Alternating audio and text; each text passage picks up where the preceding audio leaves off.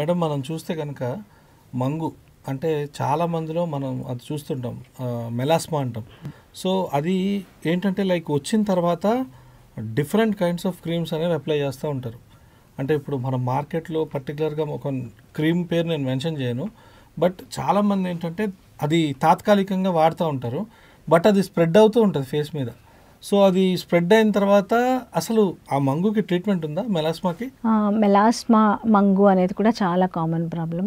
లేడీస్లో ఎక్కువ ఉంటుంది. 30 years women they are having this problem. ఇప్పుడు మెన్లో కూడా వస్తుంది ఈ నలుపు మచ్చలు అనేవి, మెన్లో కూడా వస్తుంది. సో అది డిఫరెంట్ ప్యాటర్న్స్లో ఉంటుంది. ఇక్కడ ఈ ఏరియాలో ఉంటే బటర్ఫ్లై ర్యాష్ లాగా వస్తుంది, ఇదొక టైపు. సెంట్రోఫేషియల్ అంటాం, ఇట్లా ఫేస్ మీద, ముక్కు మీద, చిన్ మీద వస్తుంది. ఇంకోటి మ్యాండిబులర్, ఈ వెరైటీ ఇక్కడ మాత్రమే వస్తుంది. ఇట్లా డిఫరెంట్ టైప్స్ ఉంటాయి. తర్వాత దాని ఆ పిగ్మెంట్ కూడా ఒక్కొక్కసారి పైన సూపర్ఫిషియల్ లేయర్స్ ఎపిడర్మిస్ వరకు ఉంటే పైన సూపర్ఫిషియల్ బ్రౌన్ కలర్లో ఉంటుంది.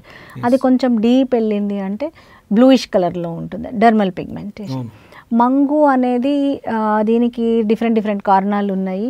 సన్ ఎక్స్పోజర్ వల్ల కానివ్వండి, లేకపోతే హార్మోనల్ ఇంబ్యాలెన్స్. ఇప్పుడు కొంతమంది పీసీఓఎస్ కోసమని ఈ ఓరల్ కాంట్రాసెప్టివ్ పిల్స్ వాడడము, లేకపోతే ఫిట్స్ కోసం ఫెనిటాయిన్ టాబ్లెట్స్ ఇట్లా వాడుతున్నా కూడా మంగు అనేది వస్తుంది. ఇంకోటి జెనెటిక్, ఇలా డిఫరెంట్ కాజెస్ ఉంటాయి ఈ మంగుకి కూడా. అయితే ఇది కూడా అంతే. ట్రీట్మెంట్ క్రీమ్ అప్లై చేసినప్పుడు తగ్గుతుంది, మళ్ళీ వాళ్ళు స్ట్రెస్, సన్ ఎక్స్పోజర్, దీంతో మళ్ళీ వస్తుంది రికరెన్స్ అనేది కామన్. అది స్ప్రెడ్ అవుతూ ఉంటుంది, మళ్ళీ రావడం అనేది దాని లక్షణం. సో ఎలా మెయింటైన్ చేయాలి మంగు ట్రీట్మెంట్? చాలామంది అంటారు ఇన్ని క్రీమ్స్ వాడుతూనే ఉన్నాము అయినా కూడా అది తగ్గట్లేదు అని. మీరు అన్నట్టు స్టీరాయిడ్స్ ఎక్కువ వాడతారు చాలామంది, అది తాత్కాలికంగా తగ్గుతుంది. ఎక్కువ రోజులు వాడేసరికి ఆ స్కిన్ అంతా ఎర్రగా అయిపోవడం, ఎండకెళ్తే ఎర్రగా అవ్వడం, ఇలాంటి side effects. Hydroquinone cream plus steroid triple combination cream, ఇది అండర్ డెర్మటాలజిస్ట్ సూపర్విజన్లో వాడినంత వరకు పర్వాలేదు. వాళ్ళు అలా వాడకుండా కంటిన్యూస్గా వాడితే డెఫినెట్గా సైడ్ ఎఫెక్ట్స్ అన్నీ వస్తాయి. స్కిన్ అంతా ముడతలు పడిపోవడం, డ్రై అవ్వడం, ఇచ్చింగ్, ఇలా చాలా ప్రాబ్లమ్స్ వస్తాయి. సో మంగుకి కూడా ఏ టైప్ ఆఫ్ మంగు, ఇప్పుడు పైన సూపర్ఫిషియల్ ఎపిడర్మల్ ఉంది అంటే కొంతవరకు క్రీమ్స్తో తగ్గిపోతుంది. అది ఆ క్రీమ్స్ కూడా బై రొటేషన్ మార్చుకుంటూ వాడవచ్చు. అది కనుక కొంచెం లోపలికి వెళ్ళి డెర్మల్ కాంపోనెంట్ ఉంది, డీప్గా ఉంది అంటే మాత్రం క్రీమ్స్ పెద్దగా పనిచేయవు, ఎందుకంటే అంతవరకు పెనట్రేట్ అవ్వవు. అప్పుడు కొంచెం కెమికల్ పీల్స్ కానివ్వండి, లేకపోతే కొన్ని ట్యాబ్లెట్స్ ఉన్నాయన్నమాట, ట్రనెక్సమిక్ యాసిడ్, ఈ ట్యాబ్లెట్స్ వాడడం. కానీ ఇవన్నీ కూడా డాక్టర్ పర్యవేక్షణలోనే వాడాలి, బికాజ్ ఈ ట్యాబ్లెట్స్ వాడే ముందు కొన్ని రకాల ఇన్వెస్టిగేషన్స్ అవసరం.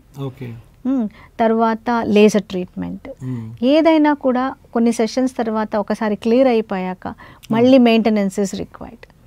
నేను ఈ లేజర్ 8 సెషన్స్ తీసుకున్నాను ఇంకా రాదు అంటే అలా ఉండదు. సో మెయింటెనెన్స్ అనేది కంపల్సరీ ఉండాలి. వీటికన్నిటికి ఇంతకన్నా ముఖ్యంగా ఏంటంటే first sun exposure, sun screen, ఒక గుడ్ సన్ స్క్రీన్ అనేది చాలా important. SPF minimum 30 SPF sun screen ఇంట్లో ఉన్నా సరే. చాలా మందికి అపోహ ఏంటంటే నేను బయటకు వెళ్ళట్లేదు, ఇంట్లోనే ఉన్నాను, సన్ స్క్రీన్ పెట్టడం అవసరమా అని. కానీ సన్ స్క్రీన్ ఇంట్లో ఉన్నా కూడా మనం ఈ UVA UVB రేస్కి వీఆర్ ఎక్స్పోజ్డ్. సో వంట చేస్తున్నప్పుడు కూడా అల్ట్రావైలెట్ రేస్ ఇవన్నీ వస్తాయి.